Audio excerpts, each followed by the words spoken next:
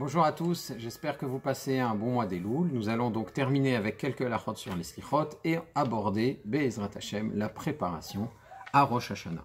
Alors on avait vu la dernière fois que les slichot ne pouvaient être récités qu'à un certain moment, vers la fin de la nuit, éventuellement à partir de ce qu'on appelle Chatzot Laïla, le milieu de la nuit, puis si c'était pas possible, le reste de la journée, mais surtout pas au début de la nuit, dans la première partie de la nuit jusqu'à Chatzot. Est-ce que les slichot peuvent être récités quand on n'a pas minyan? Ça peut arriver dans le courant du mois d'Elul, on a du mal à rassembler un minyan, ou bien on se trouve dans un endroit où il n'y a pas la possibilité de réciter les slichot. Est-ce qu'on peut réciter seul ou sans minyan les passages des slichot? Alors qu'est-ce que c'est les slichot? Les slichot, c'est avant tout le passage Ashrei Yoshev Vetecha, c'est comme ça dans tous les textes des slichot, que ce soit les slichot ashkénazes ou les slichot séfarades.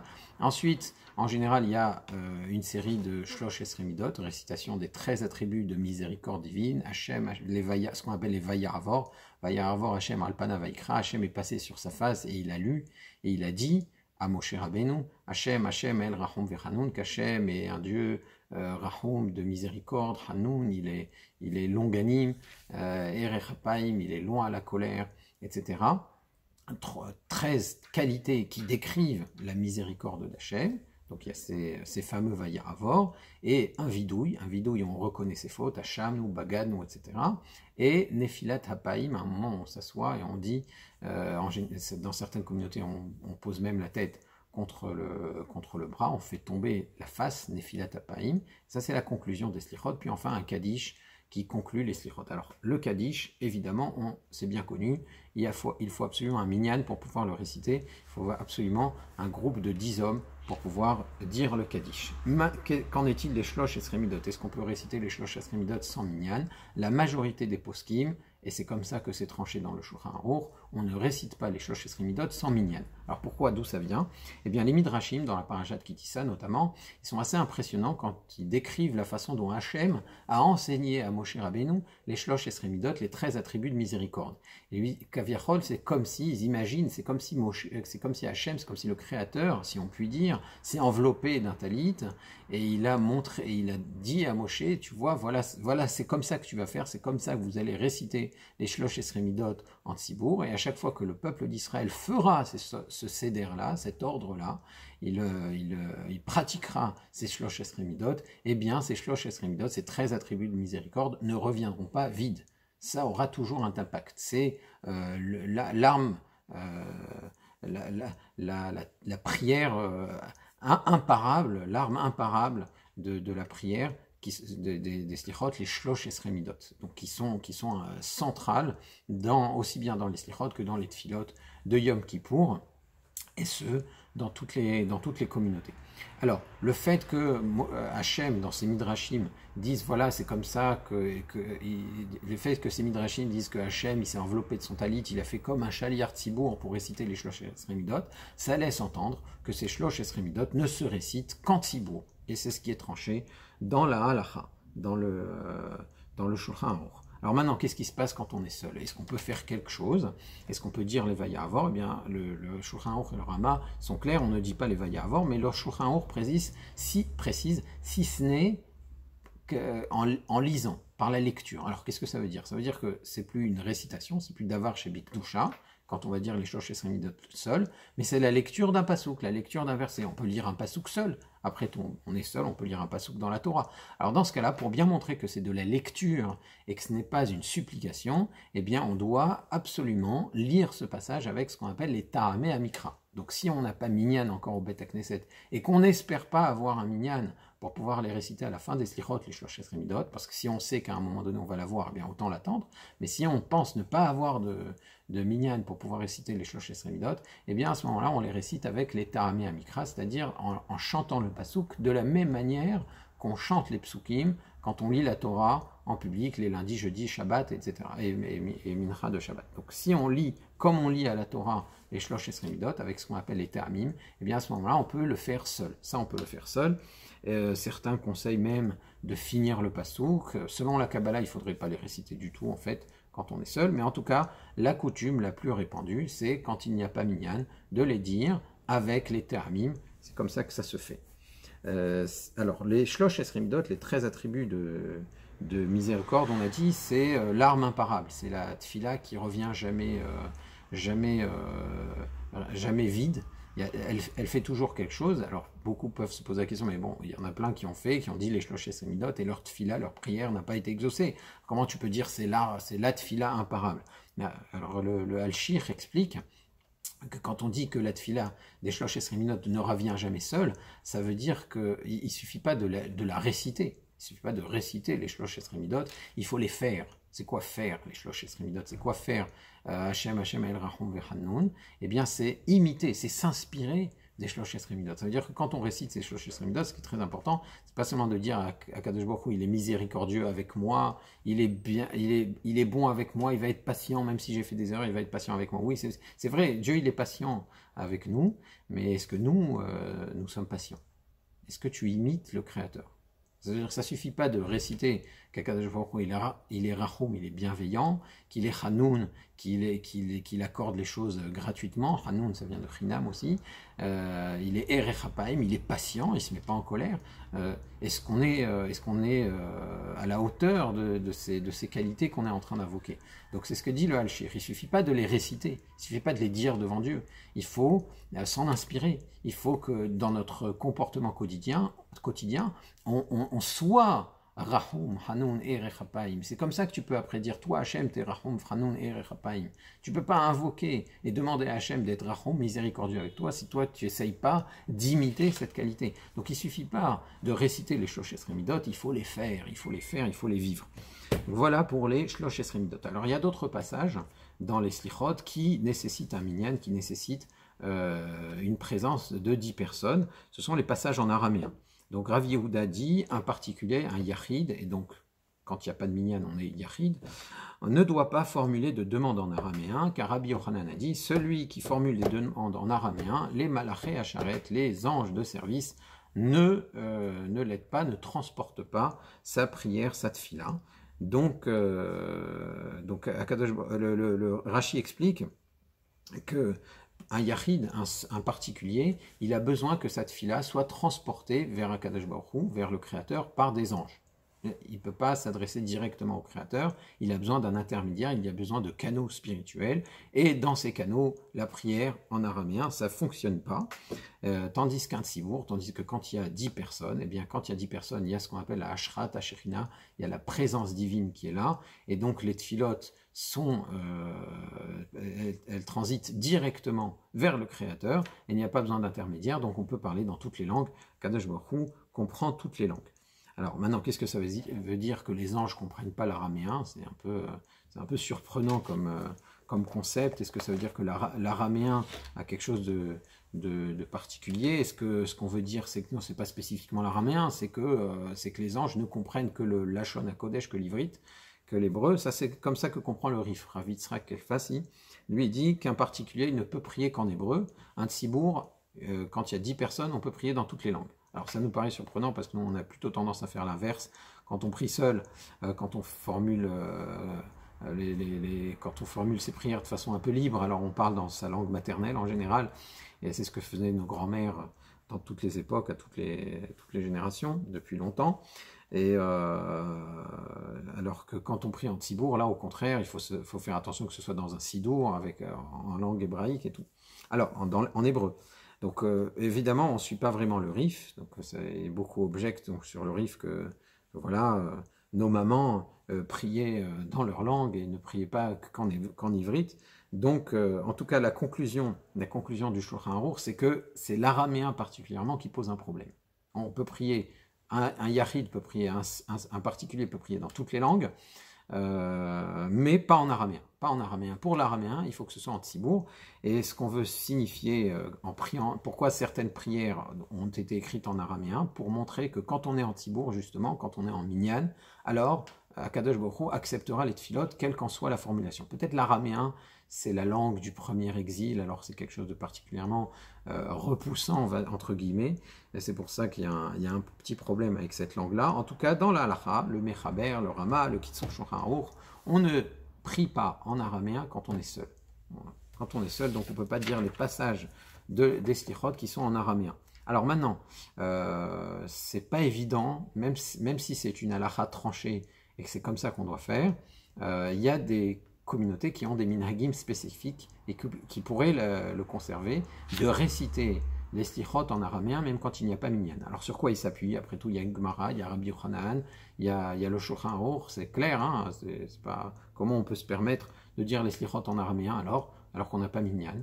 Eh bien, on s'appuie sur le fait, notamment, que Maïmonide n'a pas rapporté cette règle de Rabbi Yochanan.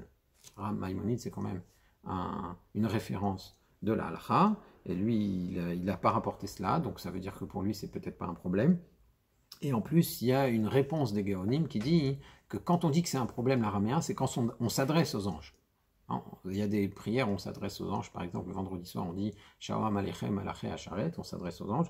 Et quand on s'adresse aux anges, il faut le faire en hébreu. Par contre, si tu t'adresses au Créateur lui-même, eh bien tu peux formuler tes demandes dans n'importe quelle langue, y compris l'araméen, et c'est ce que tranche le Kaf HaChaim d'ailleurs. Donc c'est pour cela que dans certaines Kihilot, quand il n'y a pas minyan, on récitait toutes les slichot, donc les slichot en araméen, les passages en araméen, et les vaya avor avec les théamim. C'était la coutume répandue, en tout cas en Afrique du Nord, au Yémen.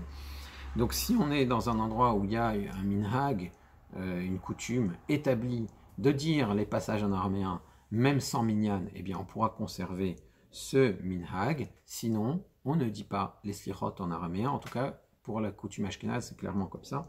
On ne dit pas les slichot en araméen. Il y a certaines éditions de slichot, on a traduit ces passages en araméen en hébreu pour que, s'il n'y a pas minyan, on puisse quand même les dire, au moins en hébreu. Et là, ça ne pose de problème selon personne. C'est permis d'après tout le monde.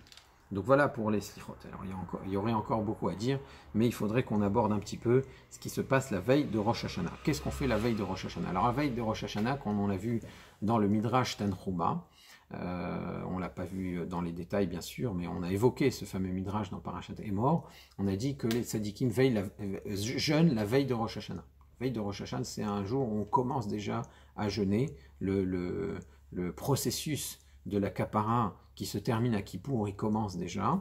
Donc il y a une coutume de jeûner la veille de Rosh Hashanah. Alors encore une fois, les jeûnes, c'est pas recommandé. Si on se sent capable de le faire, on peut jeûner par exemple jusqu'à Chatzot. Si on est encore plus capable, bon, il y a des gens pour qui ça ne pose pas de problème, eh bien autant le faire jusqu'à l'entrée de la fête, mais il faut être sûr de le faire sereinement. Si on jeûne et la veille et le soir de Rosh Hashanah, on est nerveux et impatient, etc., alors il vaut mieux éviter le jeûne.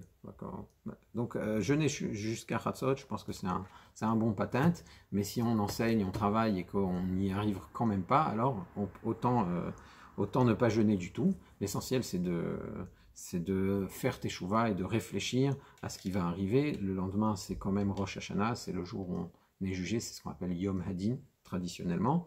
Donc c'est ce dont on doit être parfaitement conscient. En tout cas, le fait que ce soit un jour de jeûne, la veille de Rosh Hashanah, ça fait que les slichot de la veille de Rosh Hashanah sont plus longues, notamment dans le minhag ashkénaze. Dans le minhag ashkénaze, les slichot de la veille de Rosh Hashanah sont les slichot les plus longues.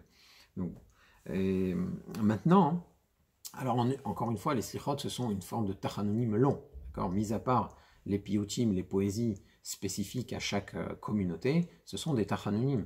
Or, la veille de Rosh Hashanah, on ne doit pas réciter de tachanonim, c'est quand même une veille de fête, d'accord? Donc il n'y a pas de tachanonim.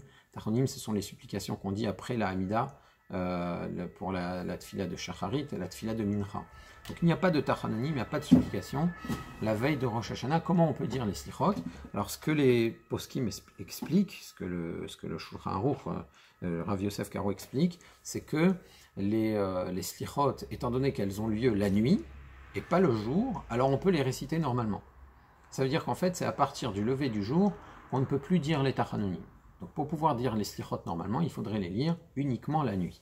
Alors maintenant, le Mishnah Brura dit que si tu commences la nuit, tu peux terminer les slichot normalement. Ça, c'est ce que tranche le Mishnah Brura, et c'est ce qui se fait en général dans les communautés ashkénazes. Dès qu'on commence la nuit, alors on peut continuer les slichot de veille de Rosh Hashanah tout à fait normalement. Maintenant, chez les Sfaradim, ça se fait moins, notamment du fait de la position du Magen Avraham. Donc le Magen Avraham, dans Siman Kouflamet Tête, il dit que la veille de Rosh Hashanah, on ne peut pas dire la Nefilat Apaim si on a allongé les slichot. Donc ce qui laisse entendre qu'à partir du moment où le jour s'est levé, où il fait grand jour, eh bien, on peut plus terminer toutes les slichot normalement. Il faut sauter les passages qu'on appelle de tachanonim, donc ce qu'on appelle le vidouille. Là, on est en train de on se tape sur le cœur, on reconnaît nos fautes. Et là, ce qu'on appelle la nefilat lapaïm, le moment où on dit les David, etc., et qu'on s'assoit. Alors, c'est pour ça que chez les Sfaradim, on ne peut réciter les slichot la veille de Rosh Hashanah dans leur totalité qu'avant le lever du soleil. Après le lever du soleil, ça pose problème et on ne peut réciter qu'une partie des slichot. Donc on va réciter les piyoutim par exemple, les shlosh esremidot, on pourra dire les 13 attributs de miséricorde, mais on ne pourra plus dire le vidouille et la nefilat apaim, donc ce qui conclut les slichot. Là, on ne pourra pas le dire si le jour s'est déjà levé. Donc voilà pour les slichot de la veille de Rosh Hashanah. On a l'habitude aussi, la veille de Rosh Hashanah, de se tremper dans un mikvé. Le mikvé le plus célèbre, c'est celui de la veille de Kippour. La veille de Kippour, c'est là où vraiment il y a le plus de monde dans les mikvot, dans les bains. Il y en a qui ont l'habitude de se tremper aussi la veille de Rosh Hashanah, il y en a qui ont l'habitude veille de chaque fête, et il y en a qui ont l'habitude veille de tous les Shabbatot. Et chez les Chassidim, on se trempe dans le mikvé même tous les matins avant la tefila. Bon, en tout cas, pour la veille de Rosh Hashanah, c'est assez répandu de se tremper dans un mikvé.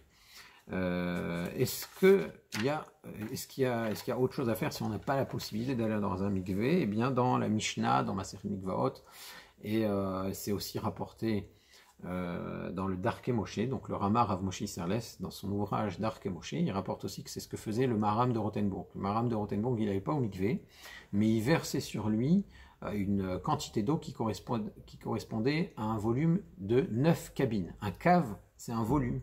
C'est une mesure de volume, donc de la Gemara, qui est citée dans le Talmud. Et l'équivalent de 9 cabines, c'est environ 12 litres et demi. Donc on pourrait, veille de Rosh Hashanah, pour remplacer la tvila, pour remplacer le mikvé, se mettre dans sa douche et attendre que 12 litres et demi, un peu plus de 12 litres, coulent. Donc dès que 12 litres ont coulé sur soi, on peut dire qu'on a fait cette purification, entre guillemets, avant Rosh Hashanah. Alors ce qu'il faut absolument savoir, c'est que en aucune façon, une douche de 9 cabines, de 12 litres et demi, ne pourra remplacer un mikvé dans le cadre de la Taharat Mishpacha. Donc la Tevila des femmes, dans le cadre des règles de pureté familiale, ne pourra se faire que dans un mikvé kasher. Ça, c'est très important de le savoir. Tout ce qui remplace le mikvé, se tremper dans une piscine, prendre une douche de 12 litres et demi, etc., qui pourrait remplacer le mikvé, ça c'est uniquement pour les hommes, avant les fêtes, avant Shabbat, avant Kippour, etc. Parce que c'est pas du tout le même genre de purification, ça a juste, à la limite, je vais dire, une portée symbolique. La Tvila des hommes n'a qu'une portée symbolique de nos jours. Je ne veux pas dire, même s'il y a, en vérité, c'est un décret de Ezra Sofer, mais on ne va pas rentrer là-dedans maintenant. Mais en tout cas, la Tvila des hommes, l'immersion des hommes, n'a rien à voir avec celle des femmes qui est rappelée dans la Torah, qui nécessite un véritable mikvé. Donc ça, c'est un point extrêmement important. Alors, on se prépare à Rosh Hashanah comme on se prépare à une fête. On prépare des beaux vêtements, relativement sobre quand même, un peu plus sobre que c'est des fêtes. On se coupe les cheveux, on se prépare comme on se prépare à une véritable fête. Alors ce qui peut paraître surprenant, c'est que les poskim, le Tour notamment, il explique que la raison pour laquelle on se coupe les cheveux avant Rosh Hashanah, ou qu'on se prépare avec des beaux vêtements avant Rosh Hashanah, c'est parce que on veut montrer l'assurance qu'on aura dans l'issue du jugement. Le Rosh Hashanah, c'est Yom Hadin, c'est le jour du jugement. On sait que nos actions de l'année passée et de notre vie vont être passées au crible à nouveau par le tribunal céleste, mais on a l'assurance que ça va bien se passer, donc on s'habille bien, on se coupe les cheveux, c'est un jour de fête, etc. Alors, c'est surprenant un petit peu parce que le jour de Rosh Hashanah, on ne récite pas le Hallel. On ne récite pas le Hallel, et la Gemara explique que la raison pour laquelle on ne récite pas de Hallel le jour de Rosh Hashanah, il me semble que c'est dans la Gemara de Rosh Hashanah, c'est parce que les livres de la vie et le livre les Sifrei Hayim ou Metim, les livres de la vie et des morts sont ouverts devant moi, et les Bnei Israël réciteraient le Hallel, c'est pas possible. On ne peut pas réciter le Hallel le jour de Rosh Hashanah, on a trop peur. On a peur de Rosh Hashanah. Alors si on a peur de Rosh Hashanah, comment ça se fait qu'on se coupe les cheveux, qu'on s'habille bien, qu'on est sûr de ce qui va arriver? Il y a une contradiction là-dedans. Il y a une contradiction inhérente à Rosh Hashanah. Peut-être qu'on reviendra sur ce sujet-là. Alors, ce qu'on peut dire pour expliquer cela rapidement, même s'il y a plusieurs façons de l'expliquer, c'est que le peuple d'Israël dans son ensemble, lui, il est sûr qu'il sera bien jugé. Parce que remettre en cause le peuple d'Israël, l'existence d'Israël, c'est remettre en cause le Créateur qui les a choisis. Donc, on sait que le peuple d'Israël ne sera pas remis en question. On sait qu'on a une assurance pour ce jugement-là. Alors là, c'est vrai pour l'ensemble du clan d'Israël, pour le peuple d'Israël dans sa globalité. En tout cas, ça mérite qu'on fasse preuve pour cela, d'assurance, qu'on ait des beaux habits, qu'on se coupe les cheveux, mais ça, c'est superficiel. Au fond, chaque individu, lui, il est angoissé pour son propre sort. Parce que l'individu, le Yahid, lui, il ne sait pas ce qui va être décrété sur lui.